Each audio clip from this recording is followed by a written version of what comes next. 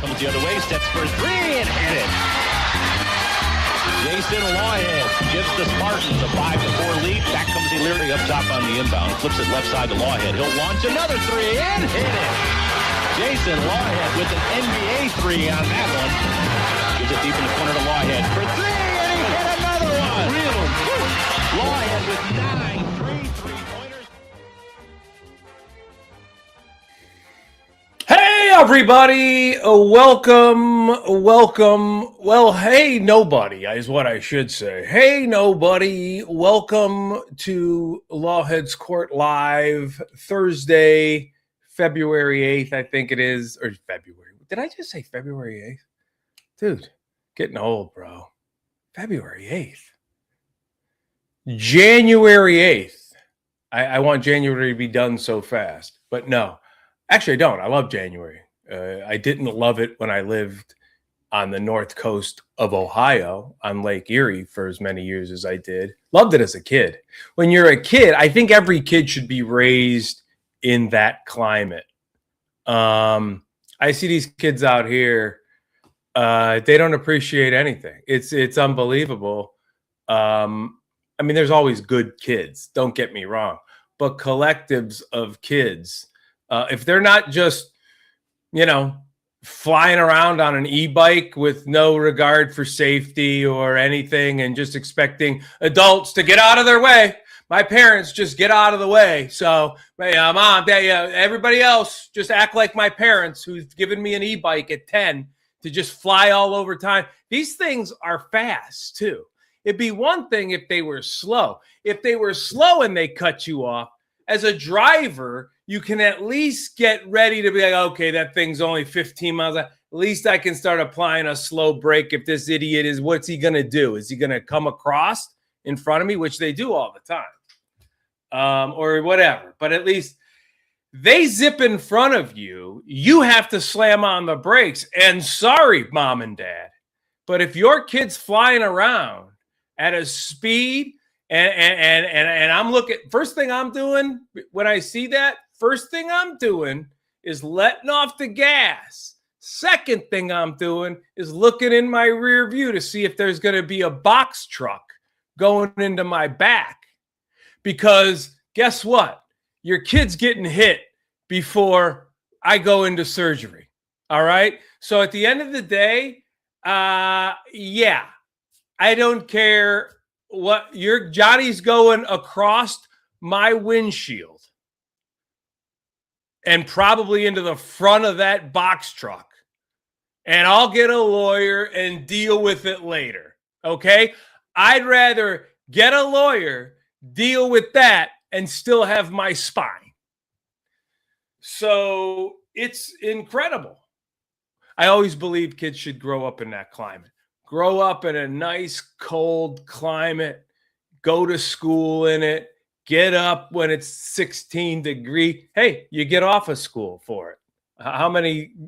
The greatest days of my childhood were snow days, right? Like you'd go to bed the night before, like, come on, just, right? Nighttime through the street lights, you'd just be looking. The street lights was the gauge. You'd look up into those street lights. You'd be like, are those thick enough? And you'd look at the ground. And you're like, oh, come on.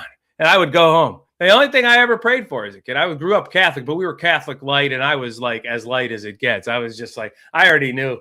Like, I was already questioning things. Like, when you're a young kid, I was just like, kids are nervous going into confession. I'm like, what do you relax, dude? Like, just tell them what they want to hear. You lied to your mom, you lied to your dad, you lied to your teacher, you didn't do this, you took the milk money. Whatever, man. Take the prayers and beat it. Tell these guys your life.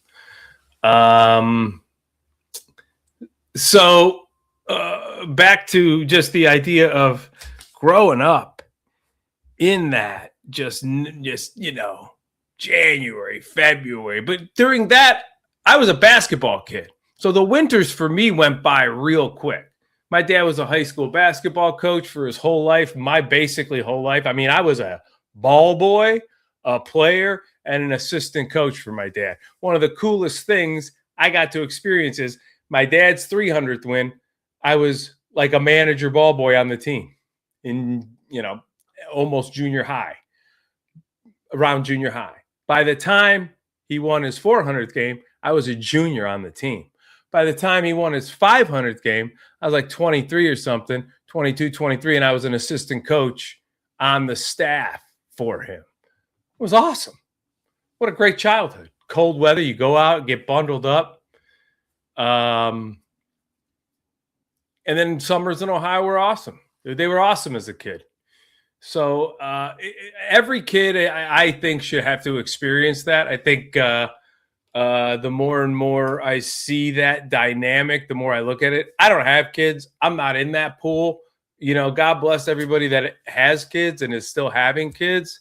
That's just not my or my wife's route, right? Met late in life, whole kinds of circumstances. Timing's everything. You look back, we were maybe going to do it when we got married. And then literally 6 months after we got married, COVID, the craziness, it's crazier even now. I feel like it's crazier now than it was during the lockdown after it locked in and everybody was like, open everything up, stop back there, who cares? And one side was like, wear masks to bed. It was just, and it hasn't subsided as we've seen all over. I mean, the world's on fire. It's nothing's better. I don't know what people's delusions are. These people that just are just so delusional. I don't do politics on stage. To any of my new subscribers who have jumped out, I don't do politics on stage. I stay away from it. I try to tell relatable stories, observations, things about my life that you can relate to, things about what's going on. And I'll do a bit on the end racism in the NFL, that thing, and take that forever. I'll do a bit on sports teams, logo, whatever. And then, the most political I'll get is maybe just the logical. I get the logical in political. I might, hey, I'll make fun of a man that was born a man, that is a woman, playing women's sports. I'm not attacking that person. I'm not attacking the freedom that they have to do it. But my whole thing is, if you want to be accepted for everything, then you have to see the joke in some things. And it's an unhurtful joke. It's about you want to stand on center stage, but you don't want to be like, oh, but this is kind of, this is funny. Making I do a joke about writing remake scripts, right? That's all Hollywood's got left now. Let me tell you something. If one battle after another, which was a fine film, my wife and I enjoyed it. I'm glad I watched it. I'm a big Leo fan. He always delivers on stage. He does it again in this movie. And there's great performances. Performances are great. It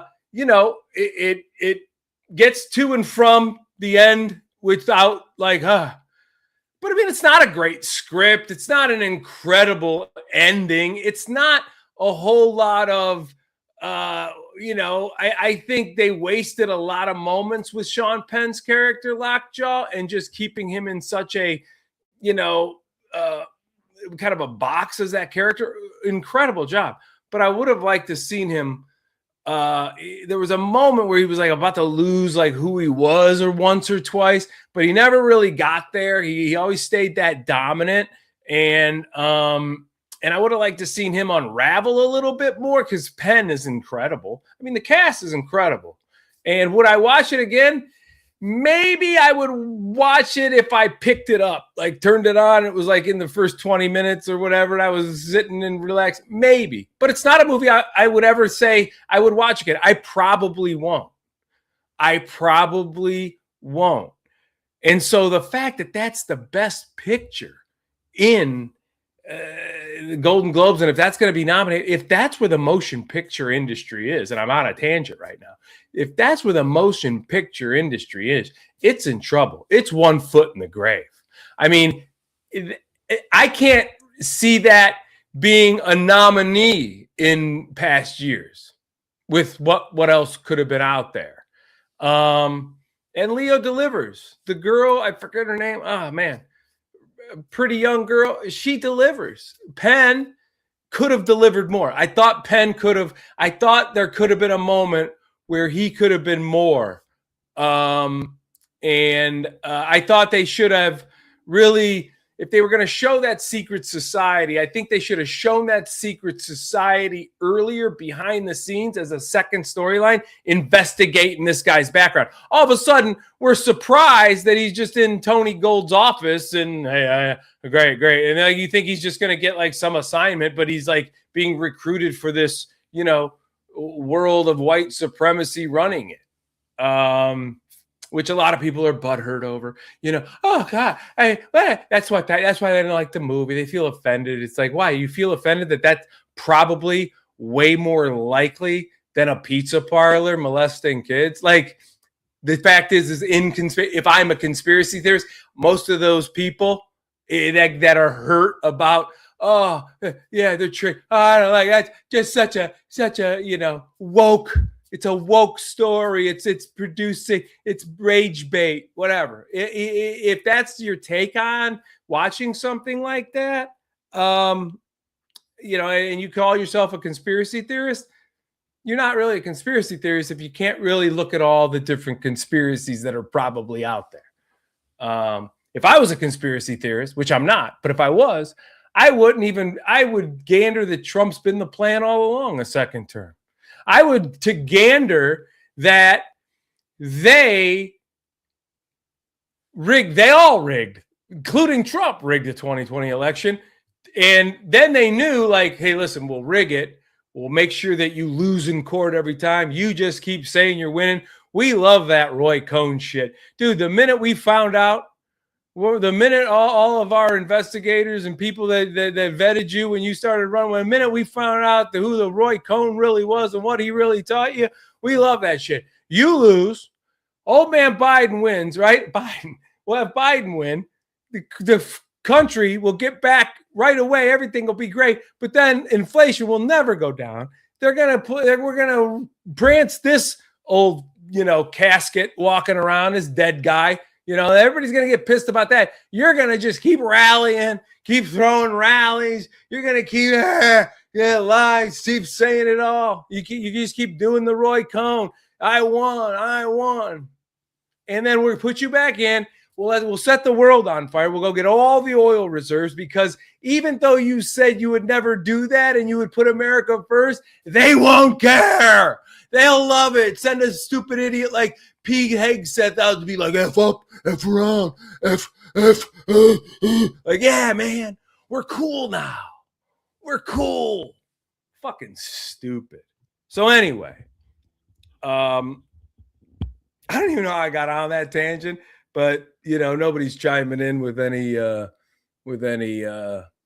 stuff. But yeah, the world is it's on fire. And so, and then the Surgeon General comes out. He's like, hey, go out and have a couple of beers, with your friends. Drinking is good as long as you don't do it for breakfast. That's what our Surgeon General just said, hey, go drink, which I get the idea if you're having a regular conversation and you're in like a little interview podcast and you go, hey, and some guy on Instagram that is a health nut that, studies, not some fucking TV quack from Turkey. It's like, go out and have some beer. Have you looked outside? I could probably get robbed at gunpoint or shot by an ICE agent going out. What the fuck going out? Going out around people with alcohol, making stupid decisions. Fuck that.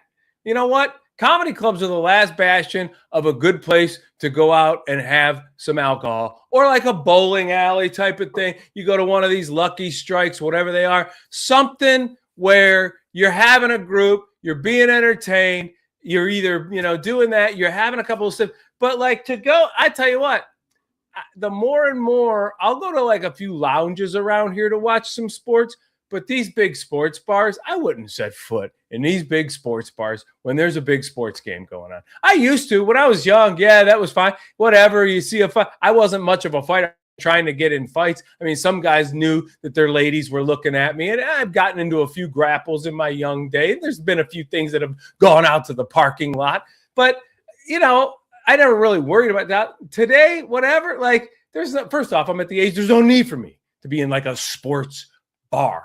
Okay. There's no need unless I'm doing stand up and, I'm off and it's whatever. It's $150.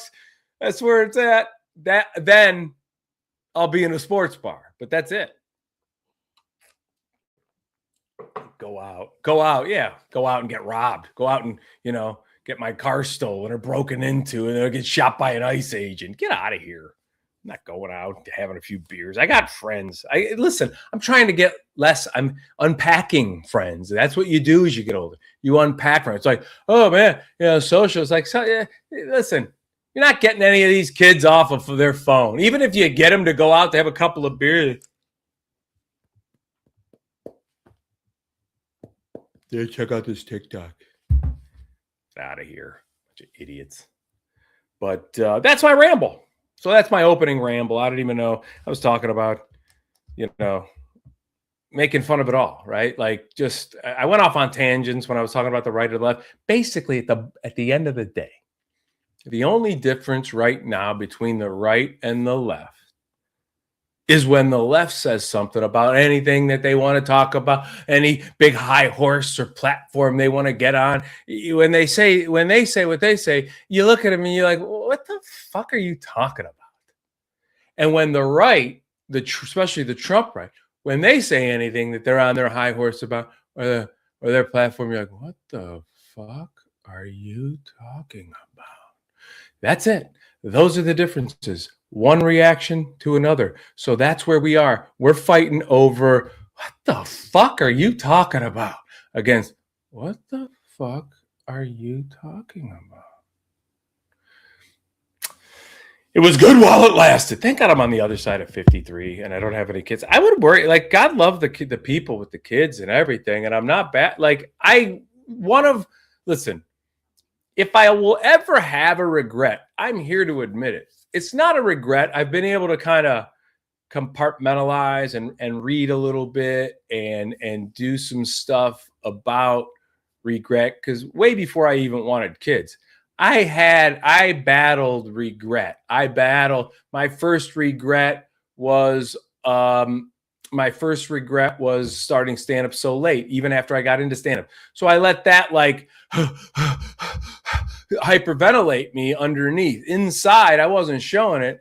I was showing it with different changes in behaviors and the things that I started wearing on my sleeve that I didn't know was coming to the surface. But my first regret was starting stand-up so late. I didn't start till 31. And then by 36, 37, 38, I was getting pretty good for somebody that had only been 5 or 6 years. I had a lot of work to do and I knew it. I would watch video of myself and I would say, God, I hate that got a laugh. Because it was just whatever. But that's what I was doing. I was growing on stage. I was going to be able to do 25, 30, 35 minutes if I had to at that experience. I had to have some jokes that I hated that oh God, I don't even want to watch it. And then I would shelf and get rid of. And then other ones that I liked and I knew even if they weren't good right away, they had legs and I would write through them. I don't even know where I was going with this. That's because I got my head on other things, but regret with the kids. That's what it was. And so I battled regret a lot of times, a lot of different decisions over my course of stand-up. Some of the times I would have actions and behavior. I would have to either apologize for those actions or behaviors to someone or a club owner, or someone close to me or somebody I had a relationship with. And so then I would let those things leer in my head and I would beat myself up over, the regret of why that happened last week and why that happened last week. It turned into years. That thing would be on my mind for years. An argument I had with my brother or something like whatever, like all of these things, somehow how I may have felt slighted in this or that, or how I was treated or talked to. And I never, stood up for myself on that. And I just let it happen by someone who, was taking me out on the road or whatever. Or if I felt like, man, that, I'm getting gaslighted and laughed at in front of a group, but like, I'm in some sad pecking order right now. So, all of these things, I would let the regret build, and I would let it, consume me. And it was affecting just my happiness. My work was still my writing. I was still able to start now looking at video and taping myself and enjoying like more of what I was seeing, and being able to put the creative side and maybe that darkness inside of me that I was just, fighting off, or just, I was almost just, waiting to go visit it again. And then like, okay, I got to leave you for a minute. I got to go be fun with a girl, or before, like, let's say before I met my wife, even these things were really more prevalent. Obviously, my wife's vibe has changed all of those things, and it has allowed me to breathe and realize that I can help myself by reading up or going to YouTube. Dude, I was never a YouTube guy until a couple of years ago. And I was working with this young cat who was just giving me, a little consulting. I was paying him here and there on the side. And I just wanted a kind of a short-term consulting. He was working with some bigger comics, doing their clips and some of their ideas as far as like, boots on the ground marketing, which I'm not good at. So he was awesome, dude. We still keep in touch. And, he designed this logo, the Lawheads Court logo. And so Mitchell is just a great young kid, and he's young enough to be my son, so when I think about having kids, I think, I veered my ways away from any regrets that I'll have, since I know I'm not having them, unless somebody knocks on my door with a 23andMe, receipt from wherever. Could be. I've always told my wife, hey, with this 23andMe, who knows? Somebody might show up. I don't think so, but somebody might show up. She's like, well, that's great. Then, you deal with that, because that person will be an adult, and I'm not. You're right. I'm like, you're right. You're absolutely right. That person will be your age, huh? Maybe you guys could be friends. No. What if my wife left me for a kid that just came out of nowhere? That's actually a great movie idea. Young wife. I'm sure like there's a fetish already, but like the young wife already knew the son, right? Like it was one of those things where, there's these porn fetishes, but it's like the young wife knows the son who's just a little younger than her, but she's known him his whole life since she's met. I'm talking about young wife, happy marriage, everything great. Young dude shows up at the door with a 23andMe. Hey, Dad. Well, Dad's my age. Wife's her age. Dad had this kid when he was 20. Kid's 5 years younger than her.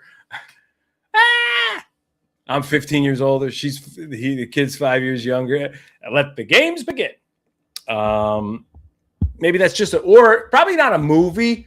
Probably just a new fetish online. That's probably where that's going. So nobody joining me today. No big deal. I'm not doing this for anything other than practice. As I was saying, this is just to maybe get back into, doing what I'm doing, finding my way on some other network, some sports radio or podcast network that likes what I'm doing. And who knows, maybe I'll pair myself up with somebody. Guys, I'm kind of researching different personalities, maybe do a dual show, somebody that might be looking to either add a podcast or change their vibe. So if you watch this later, hey, great. I hope you do. Like it, share it, subscribe. I got some, I posted, going back to YouTube, I started using this more a couple years ago. And so yesterday I posted another short. I've been just trying to post as many as I can when I get good audience. As much as I kind of work and headline and clubs that I do, I don't lug around all this stuff like these young cats do. I should, but I don't. I just go to make the audiences laugh. And there's enough venues now usually where they have good audio, especially the Comedy and Magic Club, who is so close to my heart. The Comedy and Magic Club and Hilarities in Cleveland are so close to my heart. Gotham's another place that just in New York, a Laugh Factory, in Las Vegas. These places just are so, So know what I can do. They know what I can do. Gotham's not afraid to put me after in a showcase. They're not afraid to put me after Trevor Noah in a spot where the checks might come out. They know I can get the laughs and keep the laughs going, even if the crowd has never heard of me. So these are things that I started out, right? This is why I did it. I did it before social media, before you could ever think. I mean, back in the day, you would have to get a camcorder, one of these little things, and just watch it like plugged into a TV, and the audio would suck. I mean, that's the best you could do, and you would do that once a year back in the day. So I started before all that. I started when I started. People asked, "Hey man, what do you want? Like a late night talk show? You want to be on SNL? You want to do movies? Who do you want to be?" Like there was literally like that was a lot of the time I got into comedy. People were already thinking like the stand-up had gotten kind of over. It was like they saw so many people get late night talk shows and sitcoms and turn into movie stars that it was like, I'll try to do comedy if I'm really, my love is acting and I want to be a movie star. I'd rather be Steve Martin than Bill or George Carlin. George Carlin, right? I'd rather be Eddie Murphy than Richard Pryor. There was those. Some people were like, I'd rather be David Letterman than, Robert Klein or something. That's how they were thinking. And so people, hey man, so what do you want? You want to get like a late night? What do you want? SNL? Some people wanted SNL. They wanted SNL so bad. Some were sketch type of people that if they could add stand-up to their resume and do other, great. I mean, I'm just saying that was what the forethought was. And so even the people that maybe wouldn't have gotten into stand-up because if their rear view mirror, who was my age or younger than me or in that capsule of age, people in the late 90s, mid 90s, late 90s, early 2000s, if a group of that generation of age didn't have that in the rearview mirror, they didn't have the Steve Martin, Eddie Murphy success stories, they didn't have all the SNL success stories that were stand-ups or linear to stand-up, they didn't have all of those things. If they did, they may have not flooded the market, so to speak, or made more people try to say, man, I'm going for this. And even if this takes me long to get through, I can always keep doing stand-up, and I'll audition my butt off. Some guys ended up hey, dude, some guys just found themselves in a commercial career. They just got themselves a commercial agent. They were just trying to get extra work while they were doing stand-up and maybe be a movie star. And all of a sudden, you just look great, dude. You're going to do, every major commercial. People are going to know your face by like, oh, that guy was on the Sprite commercial. I just worked with it. Did BT Cummings. I just worked with a guy, great guy. But if you saw him, you'd be like, oh, yeah, I've seen that guy. He's Sprite. He's done all kinds of national stuff. Great guy. And you can tell he feels blessed that he was able to just find that niche, but he's still a great stand-up. He's still out there doing stand-up and probably looking for bigger and better things. But you never know. So when I got into it, really all I got into it when I loved stand-up so much that, when somebody was like, hey man, what would you, I was like, I don't know, man. My answer was, I just want guys who I think are funny to think I'm funny, man. I just want to be able to do stand-up alongside of some of those guys. And, none of this social media, I couldn't say, I just want, I want whoever, Richie Gervais, to follow me on Twitter, retweet you couldn't think like that. My only thought was, I just want them to think I'm funny. And for the most part, I've been able to do that. My peers, people that have worked with me, that have taken me out, guys I've done shows alongside of, guys I get messages from still all the time that'll see a clip or something, be like, dude, you're so funny. I haven't seen you so long. Great. This is great. This clip came across. It's just great to see. You've always been all that kind of shit. And so that is, where I started. Now, YouTube, I never really got into because when the social media started, Facebook was the craze, then Instagram came along, and I had a YouTube page. I just neglected it. I never went to YouTube. It was too scattered for me in the beginning. It wasn't organized enough. I'd go, God, boxes whatever. And so if I needed something, I knew YouTube started becoming more popular. If I needed to learn how to do this, or maybe a tutorial on something, or if somebody sent me a video that was funny, but people weren't posting podcasts really yet when I got on YouTube. People weren't really using it as another multimedia vehicle. YouTube was starting to grow in its own other, avenues with its network and its premiums and its YouTube TV. So, and it got more global. And so the Western kind of our society type of audience that's overseas, that sees, which is a lot. I mean, not just, the Australias and the Europes. I mean, all over the globe consume a lot of what Americans do just in general, like this. And so I just kind of neglected it. And then I said, I will start working with this young guy, and we'll put together. And he just basically, after teaching me and helping me do some reels and some shorts and kind of just teaching me a little algorithm stuff, which he's like, as much as you try to follow it and study it, it always changes. And even the best experts at this stuff. So just don't worry with yourself with it. Just commit into just getting some clips, always doing it this way, posting some shorts, hashtagging this, do it at this time on a Tuesday or Thursday, do it at this, do a podcast. Better yet, start going live. The more you go live, if you can get live multiple days a week, the algorithm finds that and starts putting it across people. You pick up some subscribers. So that's all I'm doing. And I'm just doing this for the chops. And so if anybody joins me, I'd love for you to join me. Jump in, say something. I haven't talked sports yet because nobody's really chimed in, but we'll finish the show. 30 minutes of ramble. The world's on fire. Kids are out of control with these e-bikes. What else did I cover? YouTube, regret, getting over regret, realizing that,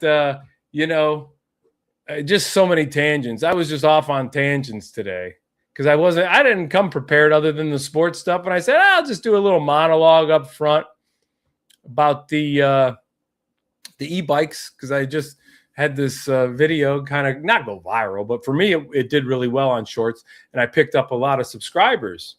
I picked up over 20 subscribers on one video that got shared and liked and got the most views I've ever gotten, which was about this e-bike craze that these kids are on. But anyways, any of these new subscribers that come in, join me live if you can. Watch it later, all of that stuff. I like to talk sports.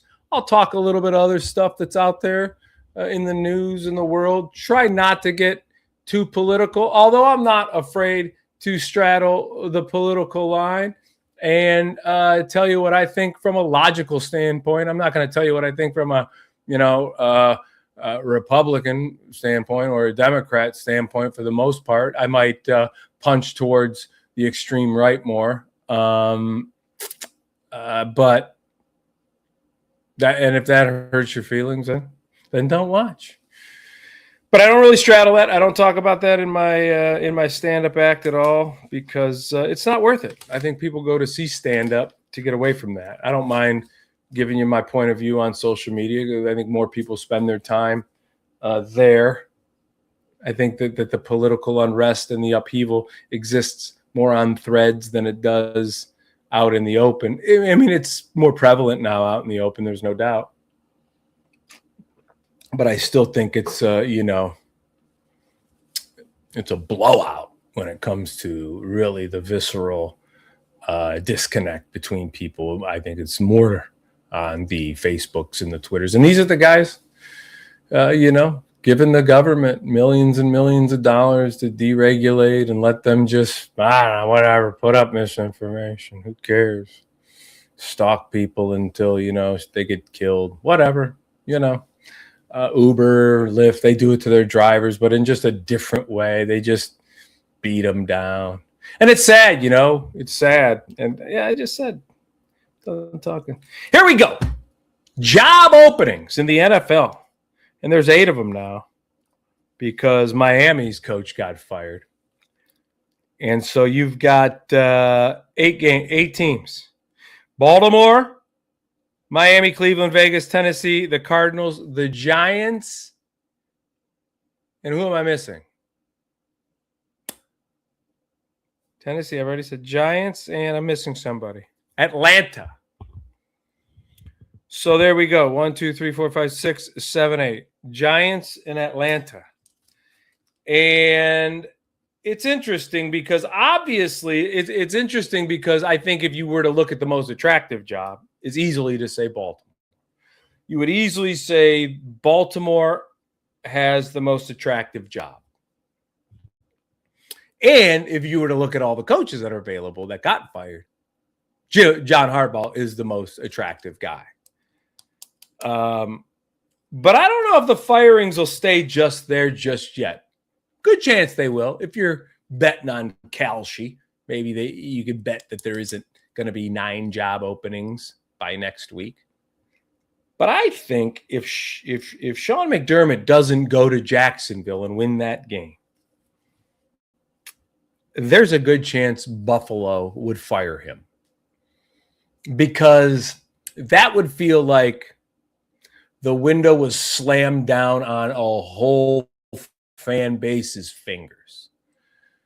And as good as Josh Allen is, you look at the past of this Buffalo team, and there's a lot of times Josh Allen couldn't be any better. And they still lost. They just couldn't beat who they needed to beat, namely Kansas City, Cincinnati on another day.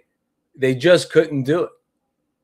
And so they've got to go on the road to a good Jacksonville team who's been playing really good, who right now, as I said, this could be on social media. This could be the AFC title game in a wild card round. I mean, it may not be. The winner of this game may not go to the Super Bowl.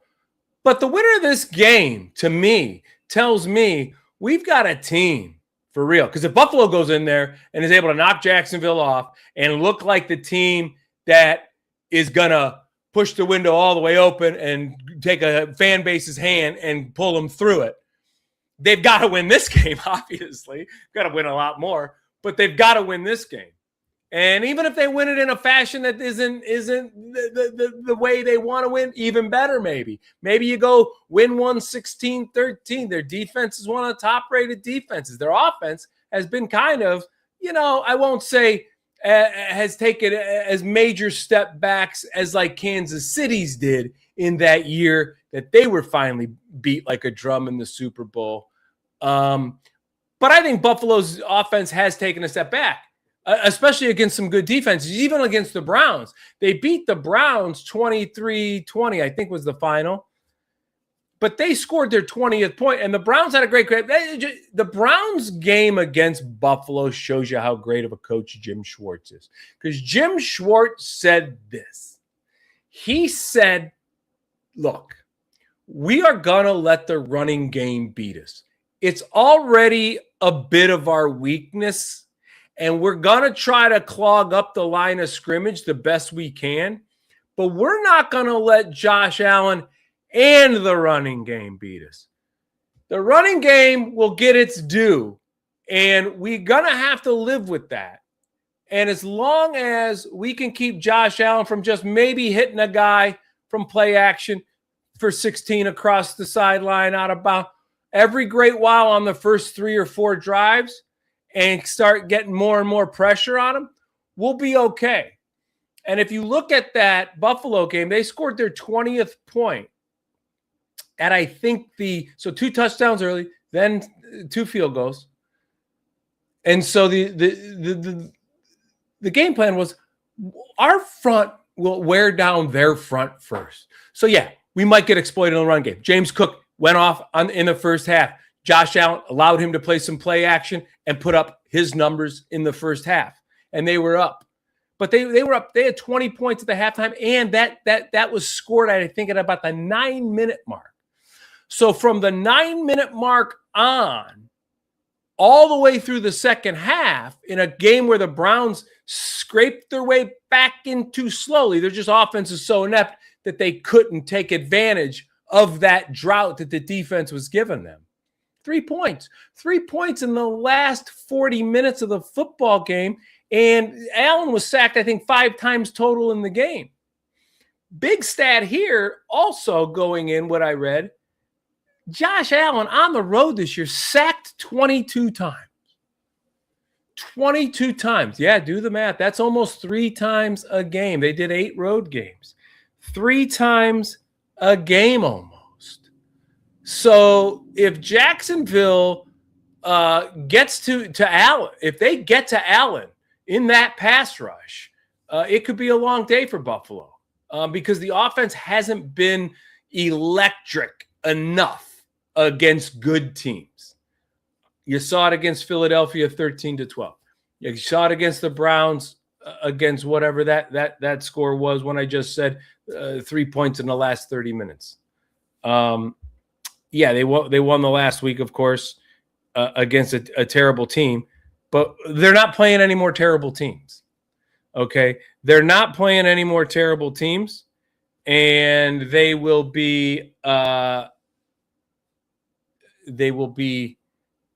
against a good Jacksonville team that is on a roll. And Jacksonville coming back from, adversity too. Jacksonville was in the playoffs a couple of years ago. They beat Justin Herbert in that great comeback win. And then they really took a step back, and it looked like maybe is Lawrence really, is he finished? Is he one of these guys that was the best? We saw the best out of him. And then they come back and put it together. And Lawrence has a really good season in a tough division. I mean, let's not. Houston is, they've got division championship pedigree in that division, and they're coming in strong as a wild card. Indianapolis, with even the quarterback situation, they played their butts off all the way towards the last couple of weeks of the season. So that was a really tough division. And so that's going to be a huge game when you talk about what happens in the AFC the rest of the way. Because Kansas City's not there. There isn't a Baltimore there. The usual suspects that have been in the AFC playoffs. Everybody's been chasing Kansas City. And then the question has been, can Buffalo and Baltimore break through as the next couple of best teams? And we saw, obviously, when Burrow was healthy and they had the types of years they've had, they've been able to make deep playoff runs. They're not in it. So you're talking about Mahomes, Jackson, and Burrow. Not even in the AFC playoff picture. This game's huge.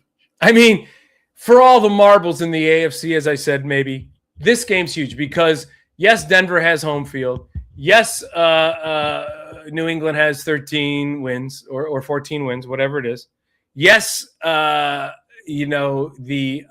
Houston Texans are, on a roll and have a stout defense and a quarterback who's played these games before, and maybe he's ready to break through as a guy that we've seen flashes of brilliance from, and maybe there's a string that he rides the defense back and doesn't make those mistakes. So the AFC has a bit of a wide openness, but I think also they have this game here, Buffalo at Jacksonville, as the game that might determine the AFC champion. In the NFC, and that's just the one game I wanted to gloss over. In the NFC, there's so many good games in the NFC, and it's just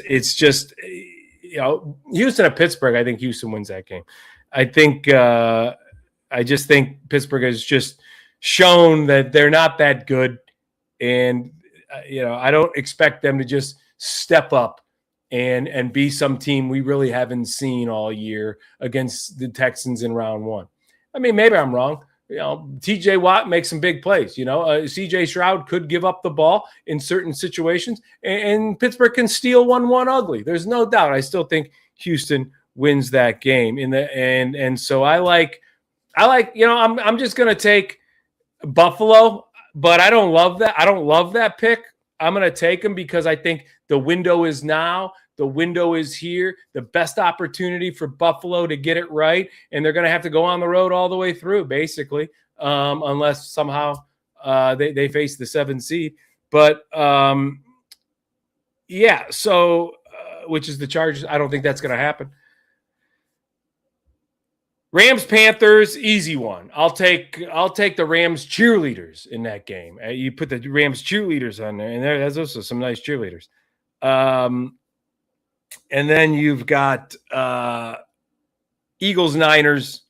I like the Eagles. Unfortunately, I think the Niners, if they were who I thought they might have been, they would have had to go in and win that game against Seattle at home. They would have had to do that at home to win the division and get that overall number 1 seed. And I just think the way they lost that game, I think it shows that they're not going to be able to push through this field. And so I'll take the Eagles, and I will take the Packers. I just think the Bears are one of those teams. Welcome to the playoffs. Great season. You got it right with the head coach. Yeah, Caleb Williams is a tough enough guy. Maybe he's not as good as he thinks he is, but he's good enough. And welcome to the playoffs. But I think the Packers, I think that they just kind of will get the stops that they need, and the Bears won't get the stops that they need. Patriots, Chargers, I think that's a toss-up. I don't love the Chargers going into the cold weather. Two really good coaches right now. I think getting the most out of what they've got in the locker room, then Vrabel for sure. I mean, if Vrabel's not coach of the year, then the award shouldn't exist. It really shouldn't. And so I'm going to take the Patriots at home.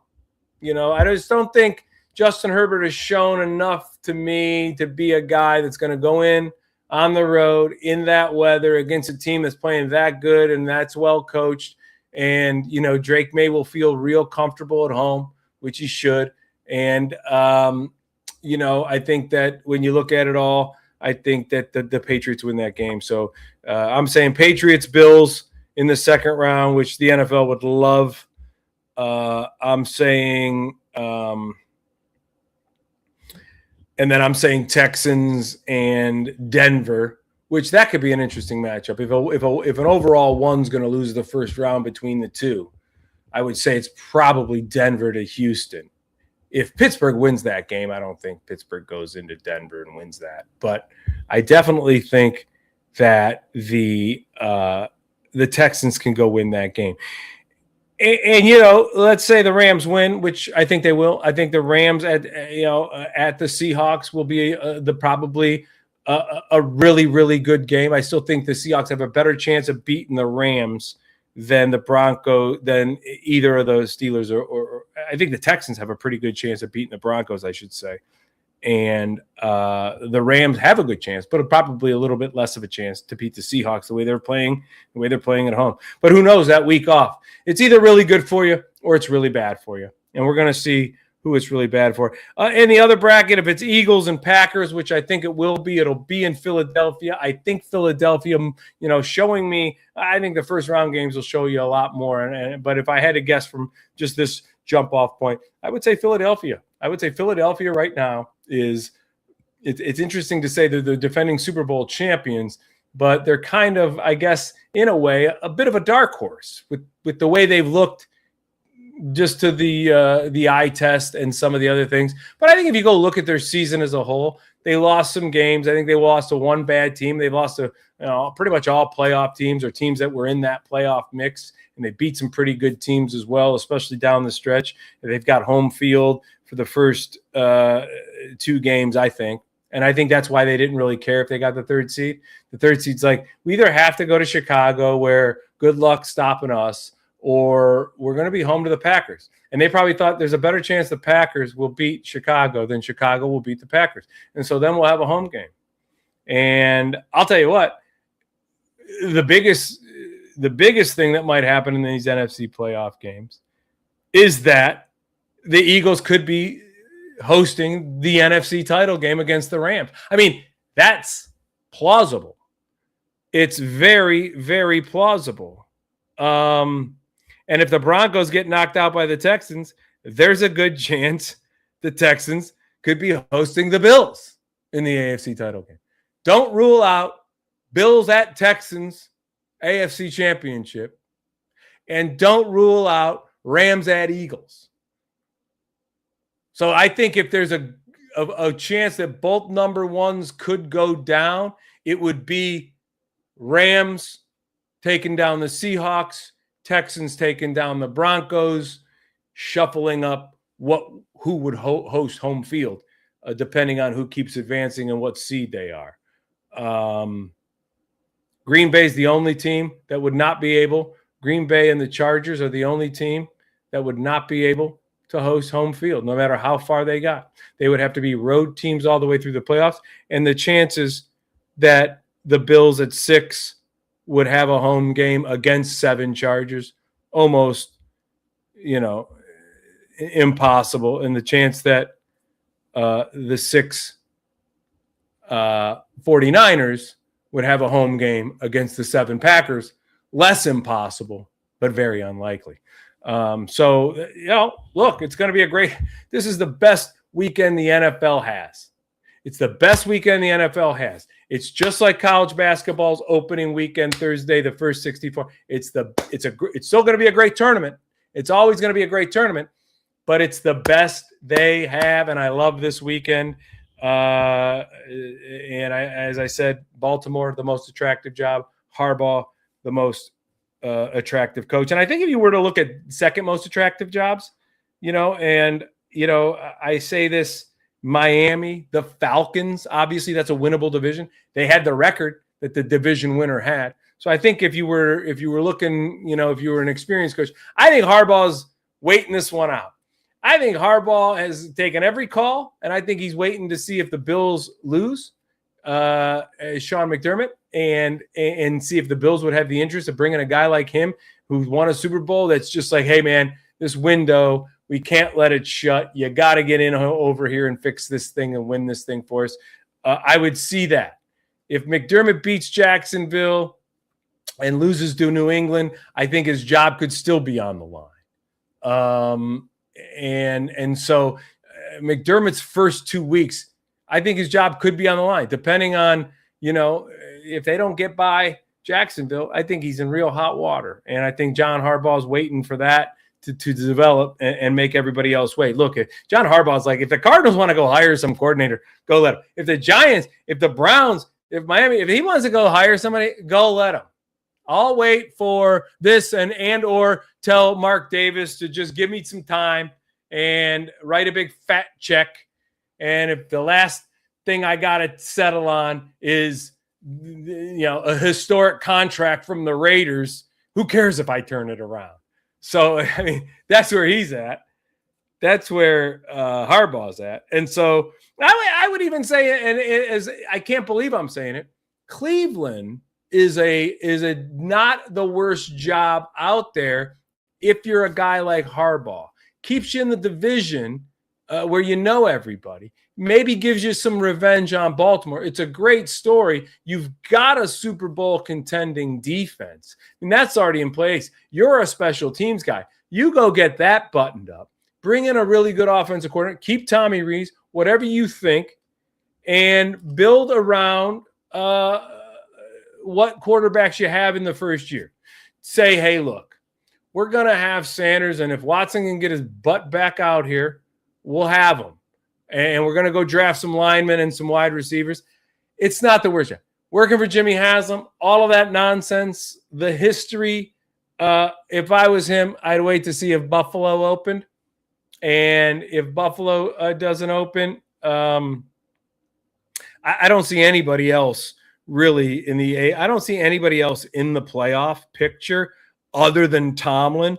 Maybe Tomlin would be in hot water if they lose to the Texans, but they've been saying that. They've been saying Tomlin's going to be getting fired since he got the job. He's been there 18, 19 years, whatever it is, 20 years. So I don't see anybody else. Even if the Niners go down, they're keeping Kyle Shanahan. Patriots, Chargers, they love their coaches. Texans, even if they lose to the Steelers, I don't see them moving on. He's done a great job. Jags, absolutely not. Bears, of course not. Packers, no way. Panthers, no way. Rams, no way. So the only jobs that are in hot water is Sean McDermott if he doesn't win in the first 2 rounds, I think. Much more if he doesn't win in the first. Mike Tomlin if they lose this game and they look terrible doing it. I think that's the only way. I think if the Steelers look absolutely putrid and you can point fingers at Tomlin for the loss, then he loses his job. But I'll see it when I believe it. Tonight I like the Canes. Although, Ole Miss has one thing. When you look at Ole Miss beat everybody they played this year. Other than Indiana, they're the only team left that can say that. They beat everybody they played this year. And so with that win against Georgia, although the Canes defense right now, the reason I like the Canes defense, I just think Ole Miss needs to score points to win football games, as you've seen over the course of the year. I just don't think their defense is good enough to win that game. Look at 10-3 against A&M, 24-14. If it looks anything like that, it's Canes by a touchdown or more. Because Ole Miss ain't winning 24-14. They're going to have to win 34-27, 34-24, something like that. So I like Miami for that reason. And I love Indiana. And as much as it's probably tough to beat a team twice, Oregon, you beat them on their field. I think that when you look at that game, both teams did a nice job stopping the run. Indiana made the big plays. They made the big third downs. They made more first downs. They held control of the clock. They played tougher down the stretch. They made the big plays that you have to make to win the game. Oregon's probably gotten a lot better. They've got a couple of real impressive wins. I don't care if it was James Madison or not. They've got two really impressive wins. Although Indiana has probably one of the most impressive wins that we'll ever see in the college football playoff against Alabama and all of the things that behind that. I mean, I never thought I'd live the day to say Indiana beat Alabama in a bowl game, let alone live to see Indiana run up the score on them. I mean, that was impressive. So I like Indiana over Oregon because I just think Indiana is going to take this thing. I think they're Destiny's Child. I think they're, if Gene Hackman was still alive, he'd play Kurt Signetti in the movie somehow, and they would CGI him to a younger guy, because this is just kind of the story of Hoosiers right now. It's mythical, it's movie-like, and I like the Hoosiers to move on. And I don't care who they play. If I'm wrong about Miami and it's Ole Miss, I like the Hoosiers all the way. So go Hoosiers! I'm rooting for you as a Buckeye with all the hardware they've given us. I'm rooting for the Hoosiers. I'd love the fact that Ohio State could be able to sit there and say, "Look, we were 12-2, and the only two losses were to the two teams that played in the national title by a total of 13 points." So as disappointing as the end of the season would be for Ohio State, I'm actually kind of like, man, they had a heck of a season replacing 8 starters on defense and having a freshman quarterback and losing their defensive coordinator and now, their offensive coordinator, and now even their best assistant coach towards the end of the year. They already knew he was out the door when they were having to play these big games. So what a great year for the Buckeyes at the end of the day, 12-2, possibly the national championship matchup are your 2 losses. So gonna love the games this weekend, gonna enjoy them. I just got a couple of new viewers in here sporadically throughout the day. So if you see me jumping on live, I'm gonna start doing more lives. I'm not really even advertising these yet. These are just more of kind of test runs and all that good stuff. So anyway, that's it. Really, at the end of the day, that is it. We talked a little coaching vacancies. We talked a little bit of the playoff matchups in both college and pro football, and we'll be able to talk about it next week. We're going to see who moved on, and we'll be able to talk about the games in a whole, and maybe some coaches will be hired, maybe some more coaches will be fired by next week. So thanks for tuning in. Remember, every Thursday, I try to do it every Thursday. Around 1 o'clock today, I got pushed back, but there's only a few viewers coming in on the live right now, which is great. If you build it, they will come. Everybody, Jason Lawhead signing off. Have a great day, everybody. Be well.